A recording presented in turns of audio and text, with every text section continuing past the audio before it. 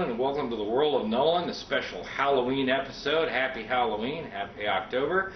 And today we're going to talk about what we like to watch for Halloween as far as movies and episodes of television shows or anything like that you like to do on Halloween. And with me are my colleagues Chris Woods and Terence Nuzum, and they have been with me the last couple episodes.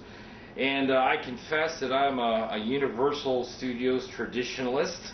If I'm going to sit with popcorn and a candle in my lantern here, I'm going to be watching Frankenstein, the old classic Boris Karloff Frankenstein, or Dracula, or Wolfman, or Mummy, or something like that, because nothing to me beats that mood, that atmosphere, with the possible exception of George Romero's Night of the Living Dead. I could stand to put that on.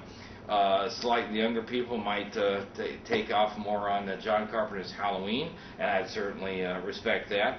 But that's what I would like to watch is the old classics. It still works for me. What about you? I have to say, No Living Dead is my favorite. Okay. I mean, that's one of, and Dementia 13 is another one. The first Francis Ford Coppola film. And Roger Corman produced. No, Roger Corman. He's still alive. God bless him. Dawn of the Dead would be another one. Psycho, just to name a few. So. Discussed in the the original last World of Nolan, two World of Nolans ago. Psycho. In the original Halloween. Mm-hmm. Terence? Well, see, I'm pretty ritualistic when it comes to Halloween time. I make huge lists of what I'm going to watch and what days. But every year, my favorite holiday. Every year, I always watch Night of the Living Dead on October 1st. That's always the anniversary. It came out on October 1st, 1968. I used to always watch certain movies on Halloween itself. I used to always watch John Carpenter's Halloween. Then it became Texas Chainsaw Massacre, the Tobe Hooper original. Now it's kind of like turned into a mixture for a while, Black Christmas, so I kind of saved that for Christmas time now. And now it's gotten into the new Trick or Treat, the anthology movie that I thought was amazingly good from, was it last year, 2008? And also Halloween 3, just because even though Michael Myers isn't in it, to me it's like the quintessential Halloween movie. Yeah. It's got masks, kids going trick or treat. That did have a bit of more of a resurgence in fandom. When it first came out, me and the people I went with were not all that impressed with it. Well, I hated it for years. But it seems to have repopularized spontaneously Halloween. I like it. I think also, The Old Dark House is an older movie, Boris Karloff. It's a James Whale film. A handful of others like Evil Dead and stuff like that. Mm-hmm. At the risk of sounding pathologically nerdy, do you rather see these by yourself late at night, or do we get together with anybody else in a party? I watch them by myself. Interestingly enough, since I now live in an apartment, it's not as creepy, I've found, as watching them when you're in a house, in the dark. But because the house is bigger. I try to watch them by myself, unless it's a Halloween party or something. I bring something over to someone or whatever, but generally by myself. Yeah, if there's a haunted house in the neighborhood, I like to go frequent that too. Just aside from the movies and all that, I'm a big fan of spook shows, live haunted houses. I like to do that too. Now, what's your favorite? You said you like to watch Universal. What is your favorite Universal watch in particular? Because I always watch Dracula, 1931. That's another one I always watch. Yeah, it's hard to beat Frankenstein, The Bride of Frankenstein, Dracula, like you said. In any of the sequels, I'm not quite as ritualistic. That would be the first choice, and then like you're saying, Halloween or Night of the Living Dead. Anything after that, it's just I didn't grow up with it, so it doesn't have the same feeling for me as it did with. What movies did you remember? Like maybe when you were younger, you particularly always watched on Halloween. Do you remember anything? I mean, I didn't really get started with horror films until early 13, 14, but okay. I think Night of the Living Dead was the one that brought me, because I actually watched, first time I saw that was on Halloween. Okay. Oh, and I didn't know. And Great timing. I came in not the middle of it, but it was like when Barbara's running after she gets attacked by the zombie in the cemetery. Like she's just running. I'm like turning on this movie. I'm like, what is this? And it was black and white, and I didn't know what it was. So someone didn't even tell you this. You didn't know what it was. You just found it. I just found it. I was flipping channels. It's Halloween night. Like I really wasn't into horror films at the time, but I'm like, let me watch a horror film. Interesting. And then that got me hooked to horror films. I saw that. I'm like, holy shit. And I was like, this is totally different because Ben gets shot and dies. Right, and I'm like, and after that, I was hooked to horror films. I was hooked on Night of the Living Dead. And after that, I just started watching Psycho and Halloween and Nightmare on Elm Street and Friday the 13th and Texas Chainsaw Massacre. And I went through a whole bunch. But there was a movie before I got into horror movies that scared me, was The Shining. Oh, well, yeah. Stanley Kubrick. Because I remember seeing that on regular TV and it was frightening. And just the imagery, just the two little twin girls right here. It was a disturbing movie. All right, let's not get graphic here. Have a family show. Family show, ladies and gentlemen. It's on the shirt. The twin girls are on the shirt. Oh, I thought you meant the girls. No, no, the twin. Okay. No. So moving right along. What are you thinking? What's your mind, Nolan? Just think about horror movies. You know, Exactly. big girls always die. That's right. That's usually the way it goes. You got big boobs in a horror movie, just you better hide because you're gonna die. You better cover them up. So what was the movie that scared you, like as a kid or even a teenager? Whether it was Halloween or not, the cheapest, funnily enough, the cheapest Burt I. Gordon movies and Roger Corman movies. Cyclops? Isn't that the Cyclops. Burt I. Gordon Cyclops scared me for weeks. What scared you? Like what in the movie? Like it's a combination. I was very susceptible to great sound effects along with a really terrifying makeup. And if there was a particularly blood-curdling scream a monster made or something, that would haunt me just as much as a really terrifying makeup. I mean, it wouldn't even have to be in a movie. It could be in a television show or something like that. And television will not let you down either on Halloween. There are usually on cable and on probably on retro TV converter boxes, but on cable television frequently 24-hour marathons of Twilight Zone and Outer Limits and Friday the 13th and all kind of. Now, this is more to your era than me and Chris's. They might have still been around Chris's a little, but the like TV used to do Halloween specials, like it's the Paul Lynde or whatever Lynde Halloween. Yeah, those are great. Do you remember any particular ones that stood out?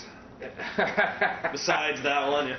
Yeah, actually, a very little known one, an Addams Family Halloween special that was, I want to say in the 70s, maybe the 80s, that starred Mr. Carlin from the Bob Newhart Show, and I don't remember his name, but he was Gomez Addams. And all the actors I saw there, except for him, were totally nobody. But they were the Addams Family for one Halloween special.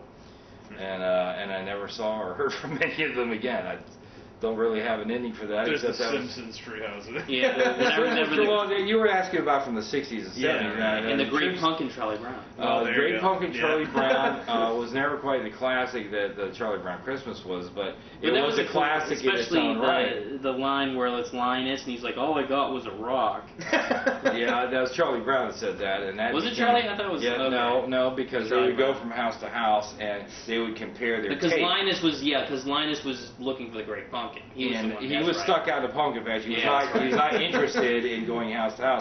So Lucy and the rest of them would all get the big bag and say, "What'd you get, Charlie Brown?" He goes, "I got a rock." Every single time. And there's poor Linus out there, and maybe that's a comment on the ultimate nerd boy or something, looking for the Great Pumpkin and hoping that it's gonna. And it never really does, except the little fake thing Snoopy does. But without getting all buried in that. The Paul Lynde special, and other ones. It's just those were the days that they would tape these things ahead of time, and like the Christmas special, they would film in the summer. And, Halloween, they'd film probably also in the summer, and because these stars would be out on Rio de Janeiro during the holidays, they didn't care. But they put a lot of thought and heart into it, and there was the Vincent Price one. That might have been Halloween. One he hosted. It was a recap of horror movies for like 30, 40 years of horror movies, hosted by Vincent Price. They usually trot out Vincent Price. And but they're kind of hard to find now. I go looking on YouTube for them, and sometimes I'll see a clip or two, but some of these I like one time. Now, they're on one did time. like Dr. Paul Bearer ever do anything? Dr. Paul Bearer was a living Halloween, so I mean, every episode. For those who don't know, we don't live in Tampa. Dr. Paul Bearer was the horror host of our local creature feature coming out of St. Petersburg, Florida. Before he's the world's longest lived horror host of like 20 plus years. And I think, yes, there was he did have like contests. It would get close to Halloween, he'd have like contests, and I think my favorite one was if you win this certain contest, you write in and I forget what the setup was, but you'll win a cold dead body. And sure enough, come Halloween, they had the girl. It was a girl come in, and she won a cold claiming, maybe it was cold claiming dead body. And you open up the coffin, and it was a frozen turkey, and that was the cold dead body she won. I thought that was a very cool ending to that. Now, what would, like, if you had to tell the viewers, like, our, as the Crazy Fanboy crew, our suggestions of, like, 3 horror movies that definitely you should watch on Halloween? What's each do? Depending on your taste for violence and blood and gore, I would suggest any of the horror movies, unrated versions of Nightmare on Elm Street, Friday the 13th. Oh God! For shock value, well, I'll let the boys comment on the shock value. The classic ones and the Universal ones, you can't go wrong with them. Anything between 1930 to 19, even King Kong, 1933. It's a good fantasy. It's a good trip down memory lane, and it's a bloodless horror, more atmosphere than anything. But for violence and TNA and bloodshed. We have to move up to the 70s, and then we have Friday the 13th and the 80s, Nightmare on Elm Street, and then what else? What would be your suggestion? Mine would be Night of the Living Dead, it would be Dawn of the Dead, and Psycho. I would say to get... Cause Psycho's a good one. To me, it's about getting the atmosphere of Halloween while you're watching it, so I always suggest ones that feel like the season, so definitely John Carpenter's Halloween, but everyone's seen that. So I would say Trick or Treat, it's a newer movie if you haven't seen it.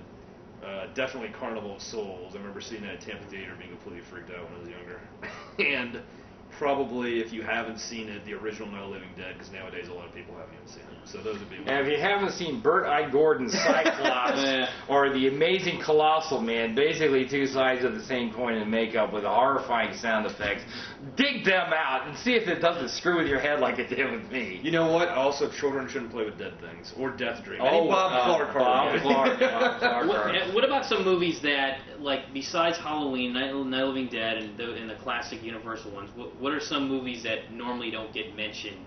Horror films. Helter Skelter, story of Charles Manson. You talk about Psycho, any of the Psycho knockoffs, Helter Skelter. That would terrify me any day. Any true crime drama. To me, some of these true crime dramas can keep me up nights as much as any good horror movie because they are real life monsters. I would say Suspiria, Tombs of the Blind Dead. Mm-hmm. I have to say 2000 Maniacs. Right, Blood Feast. Tenebrae would be another one. And Herschel Gordon Lewis's Blood Feast. Blood Feast. Wizard of Gore. Hi, Herschel, if you're out there. Little tip of the hat to you, my friend. Yeah, any Herschel film or any even Argento or Bava. Mario Bava's a good one. Black Sabbath is a good movie. And, of course, if you're in Tampa, you can check out A Grave Matter and Spa Ventari.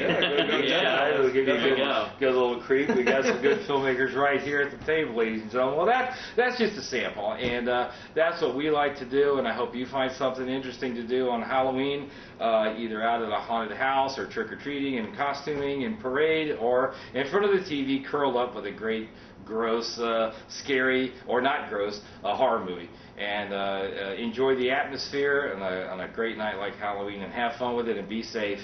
And we'll see you the next time. And I thank Terence Nuzum and Chris Woods for joining me on this Halloween special, World of Nolan. And have a safe and happy trick-or-treat Halloween. We'll see you next time. Take care. This is Nolan Canova, over and out.